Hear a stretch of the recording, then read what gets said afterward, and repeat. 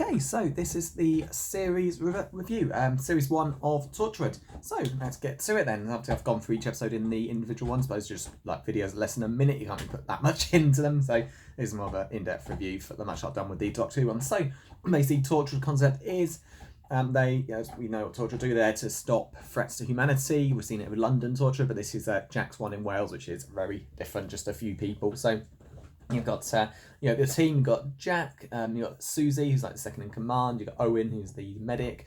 Chico, who's the computer expert. Yanto, who's just, they go in the coffee and tea boy. And, and of course, Jack, the leader, who no one even knows who he really is. And then, of course, you've got the new character, Gwen, a police officer, who shows up as a murder scene where Torchwood are doing their thing, bringing people back to life. And basically, by the end of the episode, she joins, and Torchwood's second man, Susie, kills herself. It turns out she's got this resurrection glove that can bring people back to life, but it only works for short times, and she's basically killed all these people herself just to see how powerful the glove can be if it can bring people back forever. You see her testing it on a fly earlier on, and it just consumes her, and then she ends up killing herself after, as we see in the very first episode again. Jack can't die, she shoots him in the head, and he comes back. And of course, a big part of this series is Jack, who really doesn't seem all that happy, really miserable, leading this team, and you got all the various things going on. So let's get to it. This was a bill as the adult Doctor Who, and it was, I don't know what they thought adult meant. Yeah, that's my dog chewing up his toy on the ground. But very low. This is an 18 video. Well, 16, I suppose, for us Brits. But lots of sexual scenes and plenty of bad language as well. There's lots of gruesome violence. It's very different Doctor Who, and they go way too over the top sometimes. I mean, the second episode is basically an alien sex gas. The fourth episode is a half converted cyber woman, and of course you can probably imagine what the costume looks like. It's a shame because they can do some really good stuff that Doctor Who really can't do because of the type of content that it's showing. You've got the sexual stuff is done really well at times when it's fitting with the emotional stuff, as we'll get in the episode Out of Time with Owen's relationship. Similar thing with a kiss between Jack and a different Jack Harkness. Really well done, and the same for all the swearing. It's they would never show it have that in Doctor Who, but it works pretty well here because it feels natural. Sometimes a bit over the top, just throwing it all in there for the sake of it, but some of the reactions are just what you don't expect. When Owen just storms out, which makes it clear that one of his affairs is over, and the character said, "You'd be such a wanker, Owen." He's like, "Yeah," and then, "Oh, I'm sorry, I'm late, Tosh. You know me. I'm gonna be such a wanker, apparently." So it works out, but they definitely, I think, identity crisis is probably the best way to describe this series. The first one, I don't think they really knew exactly what they wanted it to be. Let's just be the edgy adult show. I've heard comparisons to Angel compared to Buffy, but this is quite different to that. My dog seems to want to get out of the bedroom. But so I'm not going to go through every single episode, it'd be a bit pointless, but basically all the characters seem to have their own episodes, although with a cast of so many characters, they eventually one or two won't do much or anything at all in good parts of the episode, and Tosh and Yanto seem to be the two that definitely miss out on the most. It's a good series, a good start, and it definitely improves with series 2, and then series 3 is by far the best. It's a totally different format. This is much like Doctor Who, 13 episodes, though no two-parters and no Christmas special. Series 2 will do the exact same thing, and then series 3 will be a 5-parter.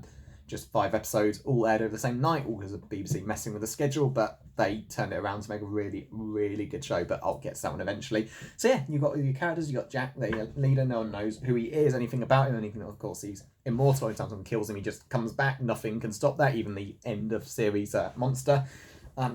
Chico, the computer genius who seems to have a crush on Owen, which got certainly not deserved, because Owen is just the worst ever. He's not a good guy. The things he does, it's he's just not a good person. So there was, you can tell there's been a good person in there, but the things he's you see him do throughout the series, it's debatable.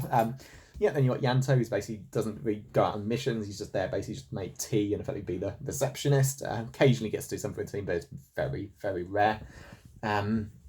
Gwen, she's basically I suppose you could call it the Doctor Who companion. She's the normal person who gets brought into that world, and it changes her a lot for the show, or mainly for the worse.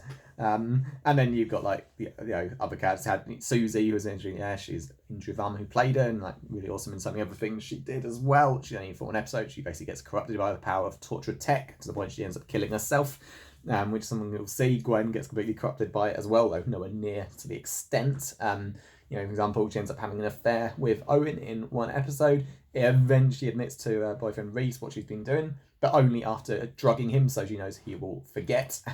So that as long as he forgives her, she need never tell him again, because she'd know that he forgives her. Very dodgy in the end. She'd never do that. So yeah, watching Torchwood start consuming her. Jack tells her, "Don't let this happen." That's why he put her on the team effectively, because he liked that she could be separate from, like, keeping her own life separate. But no, Gwen's just as bad as you'd imagine her to be.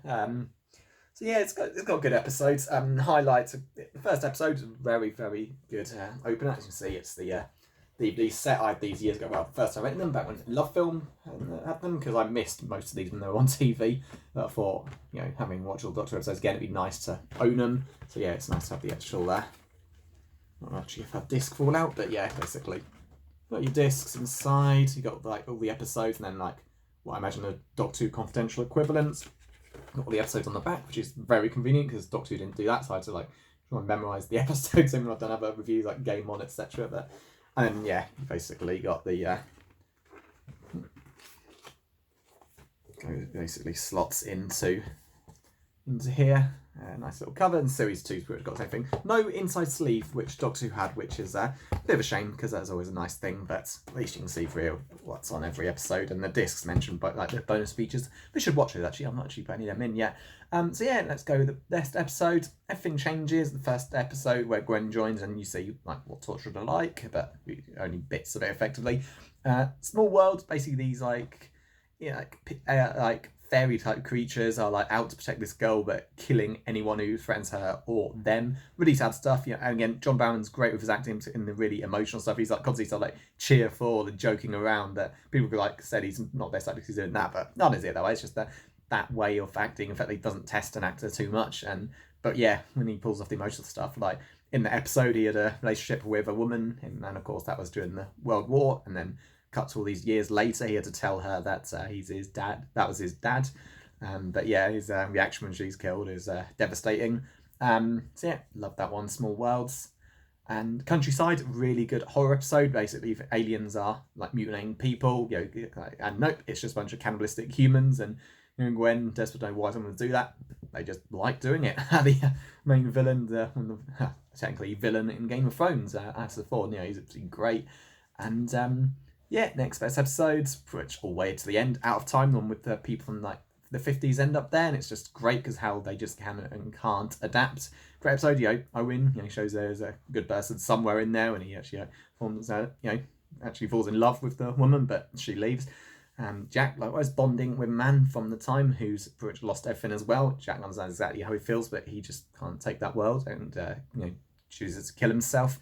And Gwen has a bond, like a sort of big sister with the youngest girl, but she actually leaves because she finds a good life, albeit not in Cardiff. So yeah, episodes like that show how well this show can be. And they got the best writing going, great actors, direction. It all comes together so well. It's just there's very immature episodes, and follow up to that, Combat, with Owen basically joining a underground fight club, except it's the Weevils, the aliens from this, that are involved, and Owen basically is so unhappy that he wants to kill himself by the end.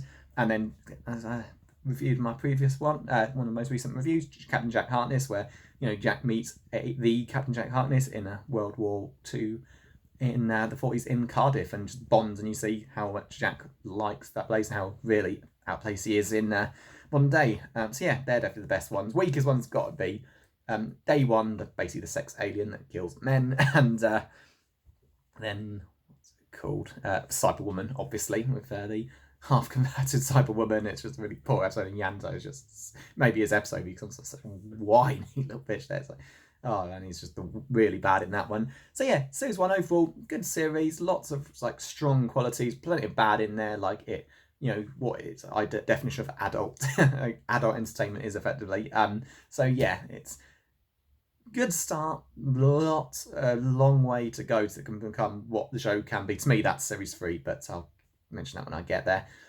But yeah, hopefully you enjoyed this, and I'll have all these up soon enough alongside the Doctor Who ones. And yeah, I basically followed on, like I said, with Doctor Who in 2012. I was in by myself for the first time.